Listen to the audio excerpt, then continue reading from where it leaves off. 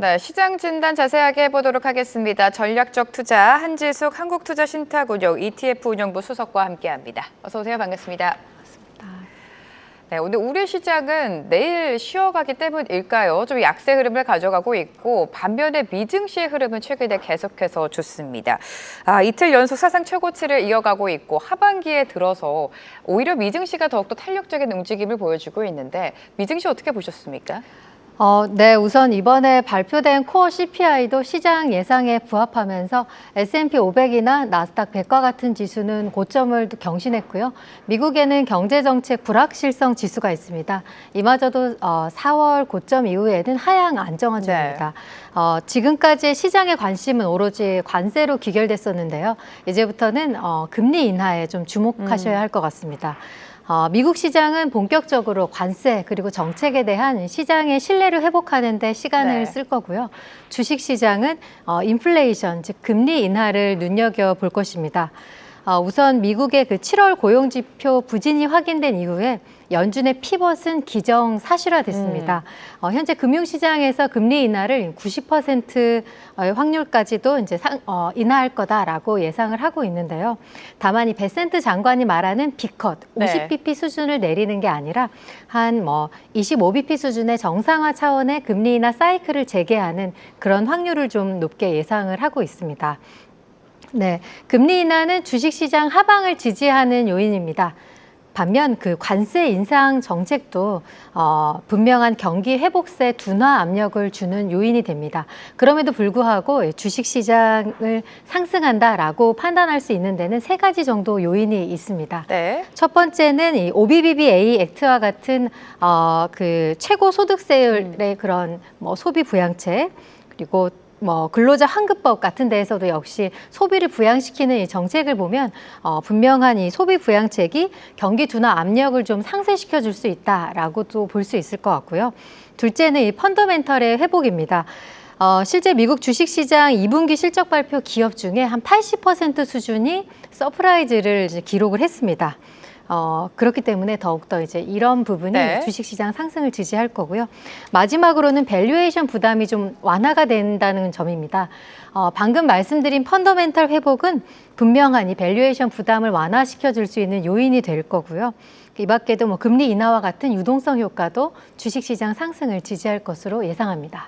네, 여전히 미증시의 상승 흐름은 계속해서 지속될 것이다 이렇게 예상하고 계신데요. 조금 더 구체적으로 들여다보면 미증시 안에서도 굵직한 빅테크 기술주들의 선박이 눈에 띄었습니다. 엔비디아 같은 경우에는 계속해서 사상 최고가를 경신을 하고 또 월가에서는 목표 주가도 상향 조정하는 리포트가 나왔는데 이렇게 기술주 상승으로 계속 집중될 것이라고 보십니까? 네, 단기적으로는 주가 상승의 속도 조절 그리고 관세와 불확실성 같은 것이 분명히 잔존함에도 불구하고 미국 경제 그 AI 의존도 말씀하신 엔비디아라든지 이러한 빅테크들이 이어나가는 시장은 지금의 흐름을 좀 지속할 것으로 예상하고 있습니다. 이 AI 성장을 가장 잘 보여주는 빅테크의 순이익 증가율을 보면 25%에서 26% 수준으로 나머지 기업은 6% 수준이거든요. 상대적으로 굉장히 순이익 증가율이 높은 상황이고요. 양호한 실적을 바탕으로 이 증시를 견인하고 있기 때문에 이들이 더욱더 AI에 치열해진다면 이러한 부분은 더욱더 상승 랠리에 영향을 줄 수 있을 것으로 보여지긴 합니다. 네, 기술주가 이렇게 계속해서 시장을 주도해왔지만 최근에 러셀 2000 움직임을 보면 나쁘지가 않습니다.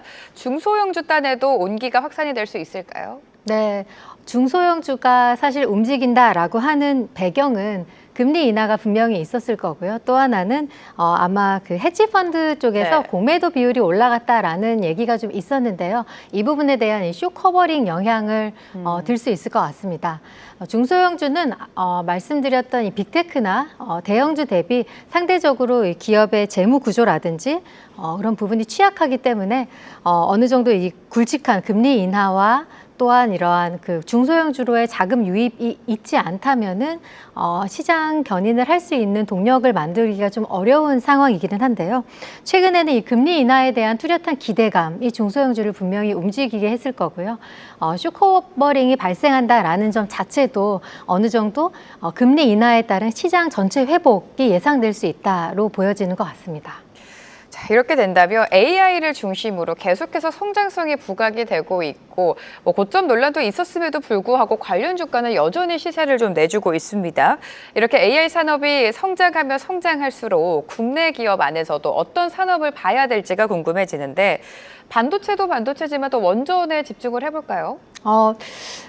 우선 집중해야 되는 게 이제 AI, 국내 주식시장 키워드 역시 AI인데요. 이 중심에는 당연히 반도체가 있을 거고요. 반도체에 이어서는 말씀해 주신 네. 원전이나 전력기기와 같은 에너지가 있습니다.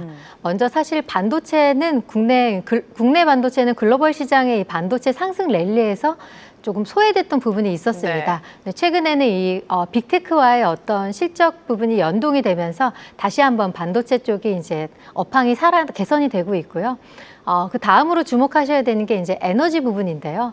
말씀하신 원전이나 전력기기와 같은 종목들, 사실은 이런 종목들은 리드 타임이 좀 길기 때문에 아무리 좋은 소재나 수주가 있었다라고 할지라도 주식으로만 쳐다보면 상승을 그렇게 끌어올릴 수 있는 동력을 만들기는 좀 무거운 주식들이기는 합니다. 그럼에도 불구하고 이렇게 에너지나 원전 관련된 기업이 주목을 받는 배경에는 에너지 헤게모니의 변화가 있습니다. 이 근본 배경에도 AI가 있는데요. AI로 인한 이 폭발적인 전력 수요가 이런 에너지 기업에 연결이 되고 이들에 대한 이 강력한 수주와 이제 향후 전망이 더욱더 에너지 기업에 대한 관심을 갖게 하고 있습니다. 특히 국내 기업 같은 경우에는 네. 두산 에너빌리티나 기타 원전 전력기기 같은 기업들은 글로벌 시장에서 갖지 못하는 이제 독보적인 기술력이 있습니다.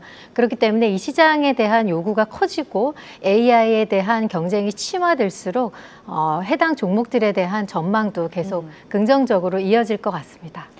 네, 반도체와 관련해서 우리가 또 살펴봐야 될 요소 중에 하나가 중국이 엔비디아 H20 사용을 자제할 것을 권고를 했습니다. 이렇게 된다면 국내 반도체 기업에게는 또 어떤 영향을 미칠지가 궁금한데요. 어떻게 보십니까? 네, 우선 이 중국의 약점이 HBM입니다. 그렇죠. 사실 최근에 그 창신 반도체가 HBM3를 샘플링했다라는 소식이 들리기도 했는데요. 같이 들린 소식이 H20의 수출 재개 부분이 있었습니다. 네, 미국에 어느 정도 15% 수준이었나요? 어느 정도 지원을 해주면서 중국에 이제 재개할 수 있는 상황이 생겼는데 이때 중국이 또 하나 얘기한 게 HBM에 대한 수출은 좀 자제해 달라는 얘기긴 했습니다.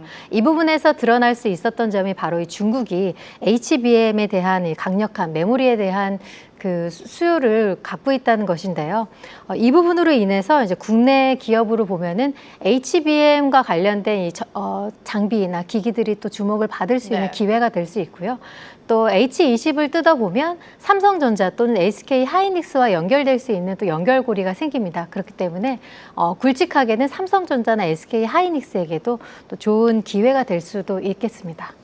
자, 그렇다면 국내 시장으로 와보도록 하겠습니다. 국내 시장 오늘도 좀 밀리고 있는 양상인데 그럼에도 불구하고 코스피 지수는 3,200선에서 계속해서 공방을 벌이고 있습니다. 미증시 그리고 일본 증시까지 요즘 호조를 보이고 있는데 상대적으로 국내 증시는 좀 못 가고 있습니다. 선생님. 어떻게 예상하세요?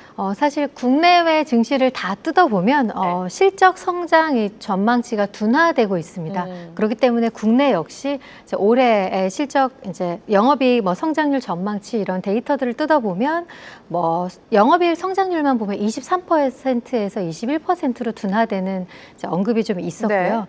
그러나 이제 한국 같은 경우에는 무엇보다도 시장을 좀 억눌렀던 배경에는 이제 정부의 그 세법 개정안이라든지 그쵸. 그런 부분에 영향이 좀 컸습니다. 워낙은 기대치를 크게 갖고 있었기 때문에 그만큼 기대치에 부응하지 못해서 발생한 시장에 대한 좀 억눌림이 있었고요. 그렇다고 해서 이 억눌림이 완결판이냐 끝났냐라고 보면 아직은 끝나지 않았고요. 저희가 좀 학습한 게 있습니다. 트럼프 때 어떤 관세에 대해서 변동이 워낙은 컸기 때문에 많았죠. 이번에 국내 증시도 유사하게 좀 기대치에 못 미친 상황이 되니 뭐 4%까지도 좀 뱉어내는 모습을 보이기는 했는데요. 하나 남아있는 게 있죠. 저희가 이제 8월이 되면 어떤 산업 정책이 다시 한번 정부에서 언급이 될 예정인데요. 이 부분에 대해서는 구체적인 이 발전 방안이 뭐 펀드도 조성하고 아니면 AI나 뭐 기타 에너지 정책으로 좀 뚜렷하게 나오고 있기 때문에 이 부분에 대한 발표가 좀 구체화되기 시작한다면 또 한 번 눌렸던 시장에 대한 동력을 제공할 수 있는 배경이 되지 않을까 생각합니다.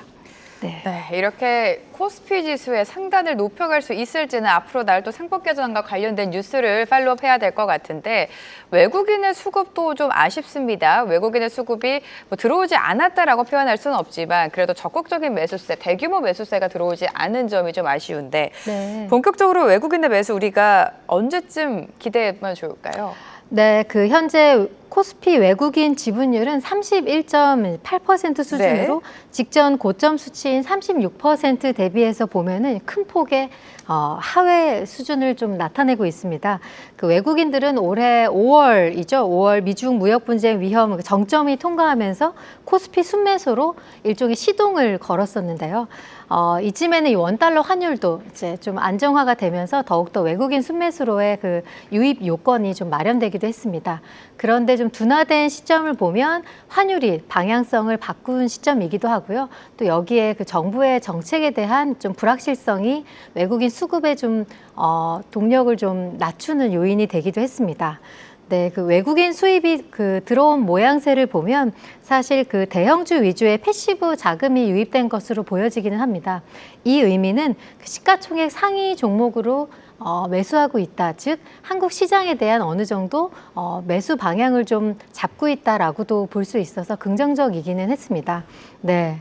그리고 이 외국인 수급이 다시 돌아와야 한다라고 하기 위해서는 이 환율이나 경기 그리고 위험자산 선호 심리가 좀 개선이 돼야 되는데 가장 중요한 것은 한국 주식시장에 대한 네. 전반적인 경기 회복 모습이 좀 보여진다면 외국인 수급도 다시 한번 시장의 그 하단을 좀 지지할 수 있도록 강력하게 좀 들어올 수 있는 환경이 되지 않을까 생각합니다. 네, 경기 개선이 어느 정도 확인이 된다면 외국인의 수급도 들어올 수 있다, 충분한 여력이 있다라고 말씀을 해주셨고요.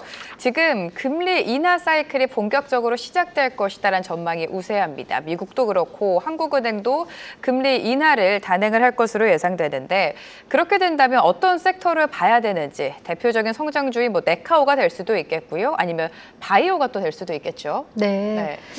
사실 대표적인 섹터라고 하면 여전히 시장을 주도하는 주도주죠. AI라든지 아니면 에너지 관련된 테마 쪽에서 더욱 성장 동력을 찾을 수 있을 거고요.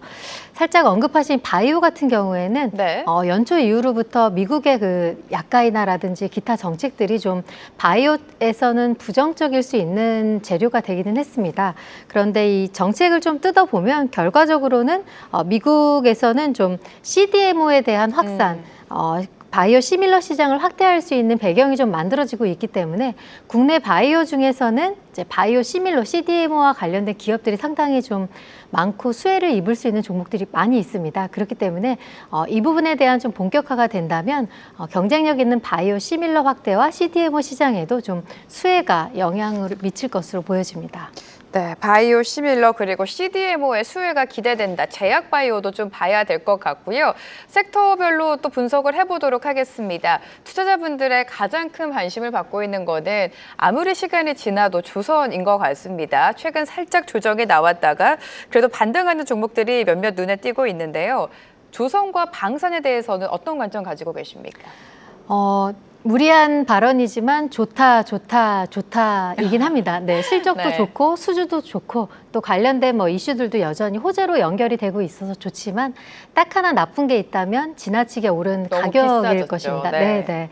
그럼에도 불구하고 이 시장을 좀 억누를 수 있는 악재가 나온 상황은 전혀 아니고요. 이 가격이 좀 이어질 수 있는 환경이 지속적으로 마련이 되고 정책도 이제 끝난 게 아니라 더 이어지는 정책이 기대가 되기 때문에 네. 가격 조정은 분명히 있을 수 있겠지만 여전히 눈여겨봐야 될 섹터가 될 거고요. 이와 관련해서 정부의 정책도 중요하겠지만 결국은 국내 주식 시장의 어떤 경기 회복의 흐름새도 같이 한번 살펴본다면 주도주로서의 기능을 톡톡히 하고 있기 때문에 또 다시 한번 주도주로서 시장을 견인하지 않을까 판단합니다. 조선과 방산 같은 경우에는 탄탄한 수주와 실적 그리고 정책적인 모멘텀까지 부각이 되고 있습니다. 딱 하나 아쉬운 거는 그동안 가파르게 워낙에 올라서 높아진 밸류에이션이 될 텐데 긴 호흡으로 봤을 때는 여전히 시장을 주도할 만한 주도 섹터이다라는 분석 말씀을 주셨고요. 화장품주도 보도록 하겠습니다. 화장품주는 실적을 중심으로 희비가 극명하게 엇갈리는 종목들이 있었죠. 뭐 APR이라든지 네, 맞습니다. 달바글로벌을 빼둘 수가 없는데 네. 화장품주 어떻게 해석하셨습니까? 화장품주가 조금 억울한 면이 좀 있는데요. 뭐냐면은 이제 저희 그 코스피 상장 기업 중 한 87%가 이 실적을 발표했고요. 화장품주가 본격적으로 실적을 발표한 시점을 좀 뜯어보면 하필이면 이 그 정부의 그 세제 개편안이 발표돼서 시장이 좀 억눌린 이후이긴 했습니다. 그로 인해서 유동성이 분명히 감소하는 상황에서 좋지 않은 실적을 발표한 기업은 예상보다 훨씬 더 이제 밀려 있는 상황이고요.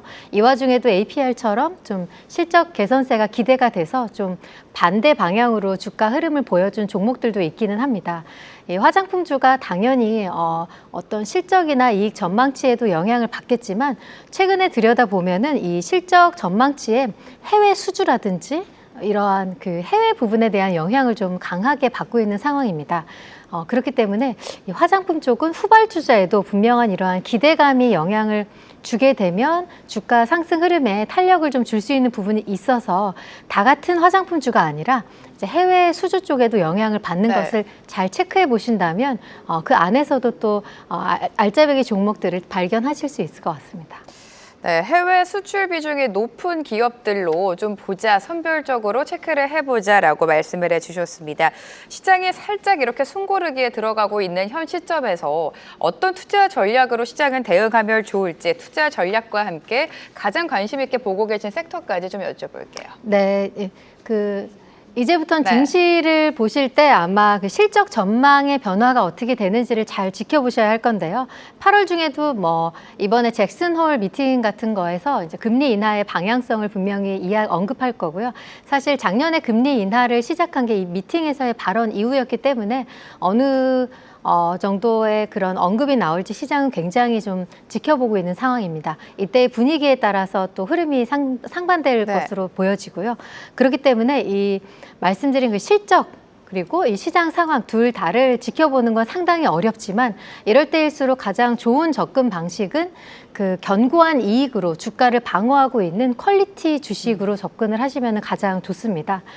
이 퀄리티 주식은 이익 방어를 통해서 주가의 어떤 그 변동성에서도 주가의 어느 정도의 안정성을 확보하고 있는 주식들이기 때문에 AI라든지 뭐 빅테크나 이익이 견고한 그런 종목들 이외에도 퀄리티 주식 안에서도 이제 선별적인 접근을 하시면 분명히 변동성 장세를 좀 견디실 수 있는 배경이 될 것으로 보여지고요. 국내도 마찬가지이긴 합니다. 펀더멘탈에 기반한 종목을 좀 보셔야 되는데요.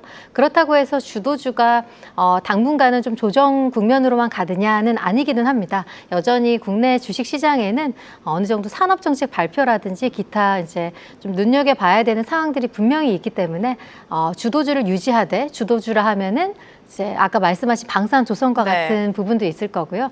AI가 핵심 키워드이기 때문에 AI를 중심으로 두되 이제 시장 상황을 눈여겨 보시면서 장기 호흡보다는 단기 호흡으로 좀 지켜보시라고 말씀드리고 싶습니다. 네, 조선과 방산 또 계속해서 AI에 집중하면서 시장을 대응해보자라는 전략 말씀까지 세워주셨습니다. 지금까지 한지숙 한국투자신탁운용 ETF운용부 소속과 함께했습니다. 고맙습니다. 계속해서 다양한 경제 이슈를 알고 싶다면 구독과 좋아요, 알림 설정 부탁드립니다. AI 캐스터 권미정이었습니다.